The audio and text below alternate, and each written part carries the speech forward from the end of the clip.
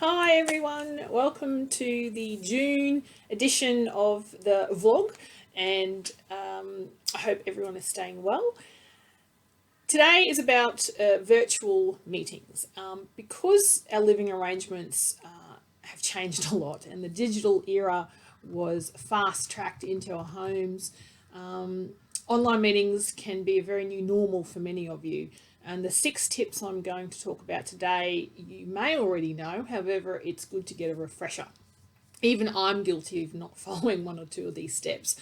There's also extra information below in the newsletter to read, and my advice can be used for online meetings or interviews.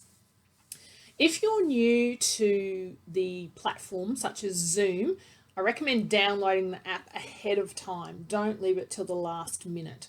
It is available for mobile phones and computers, and I strongly recommend that if you are attending an interview, don't use your mobile phone.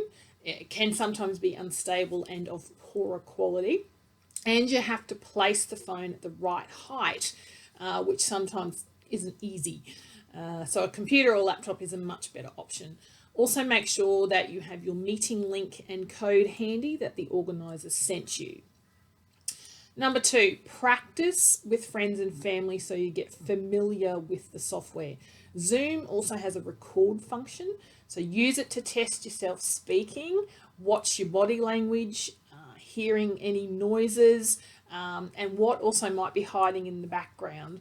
For interviews, it's great to practice talking clearly. Even if you have great internet connection, the Zoom might drop out for a few seconds. And if you're talking slowly, it will be easier for people to understand you, and also makes you seem more relaxed, which the hiring manager will appreciate. Number 3, also for any interview or meeting, pick a quiet spot in the house. Eliminate any visual distractions like items behind you or on the wall. So having a painting or a picture is fine, just don't have 10 really bright coloured rock posters sitting up on the wall or a messy bookshelf, and check for any vases, because I've seen them stick out of people's heads occasionally. You also may want a headset to invest in, because that can be really helpful getting rid of background noise. Number 4, prior to the meeting, please close down all other programs in your computer. It's an easy one to forget, and you want to close them for a couple of reasons. It avoids a slow operating system that could affect Zoom audio or video feeds. Plus, not having programs open ensures that you're not distracted by alerts or pop-up sounds such as email notifications. Number 5, your attire for Zoom should match what you would wear to an interview.